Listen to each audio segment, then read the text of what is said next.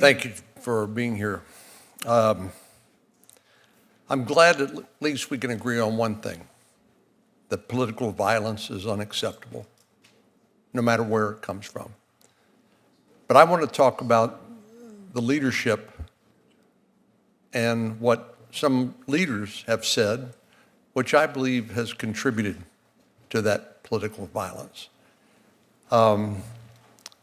In 2018, when Nancy Pelosi was asked about policies she disagreed with, instead of saying she would do her job and legislate or try to persuade people to the contrary, she replied, "I just don't even know why there aren't uprisings all over the country, and maybe there will be." About that same time, Kamala Harris was asked about being stuck in an elevator with President Trump, Mike Pence, and Jeff Sessions. And she replied while laughing, "Does one of us have to come out alive?" And then there's this, Schumer. In March 2020, the majority leader of the United States Senate, Chuck Schumer, said about Supreme Court justices the following: "I want to tell you, Gorsuch, I want to tell you, Kavanaugh, you have released the whirlwind, and you will pay the price. You won't know what hit you." In August 2020, Representative Ayanna Pressley said, "There needs to be unrest in the street," encouraging rioters.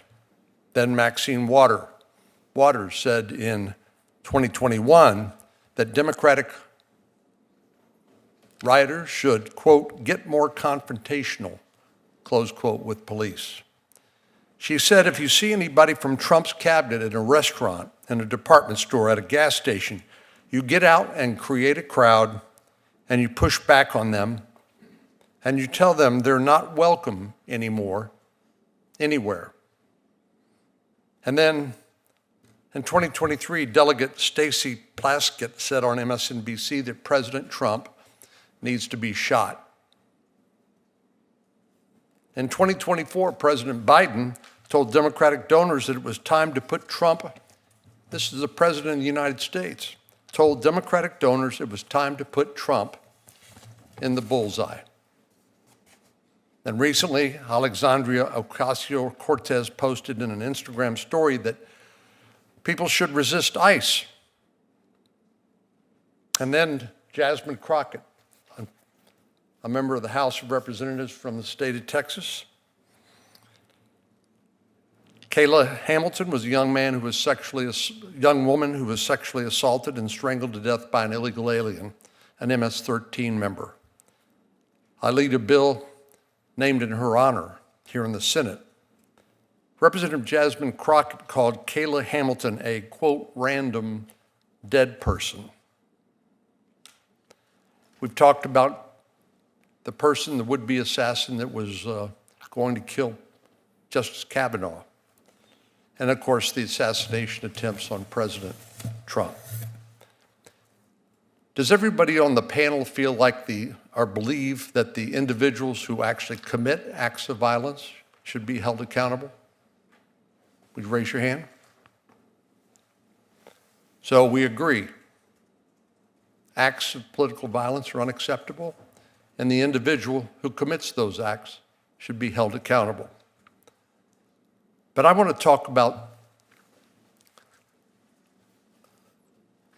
the political leadership that I think has a greater responsibility, people who serve as the elected representatives of the American people. Is there anybody believe that they bear no responsibility for inciting or encouraging acts of violence?